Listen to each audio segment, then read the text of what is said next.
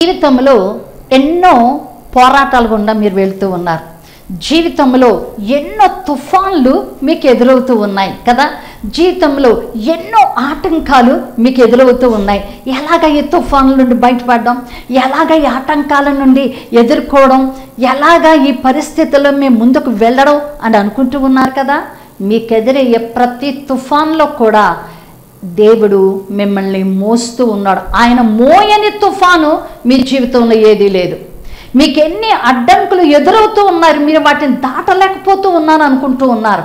మీ జీవితంలో మీ వంతెన ఎక్కడానికి సహాయపడని వంతెన లేదు. మీ జీవితంలో ఎన్ని ఆటంకాలు వచ్చినా మీకు సహాయపడకుండా ఆయన లేరు. అంతేకాదు, మీ జీవితంలో మీకు ఎదురవుతున్న ప్రతి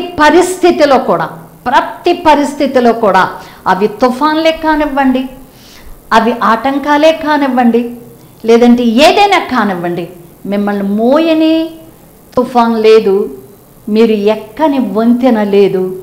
మీరు ఎటువంటి ఒకవేళ సముద్రాలు మీరు దాటి మీకు ఎదురవుతూ ఉన్నప్పటికీ వాటిని దాటడానికి మీ జీవితంలో మీకు ఎదురవుతున్న ప్రతి యుద్ధంలో కూడా ఆయన సహాయపడని, మీరు గెలవని యుద్ధము లేదు. సో అంటే అన్ని విషయాలలో మీ తుఫాన్లు ఆయన ఉంటూ ఉన్నారు.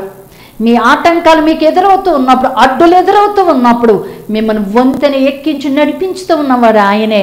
మీకు ఎదురవుతున్న ప్రతి పోరాటంలో కూడా మీరు గెలవడానికి మీకు సహాయకుడుగా ఉన్నవాడు కూడా ఆయనే. ఇంకెందుకు భయపడతారు? ఆయన అందు నమ్మిక ఉంచండి. ఆయన మీతోనే ఉన్నాడు, మీ వెంటే ఉన్నాడు, మీ ముందే ఉన్నాడు. God bless you.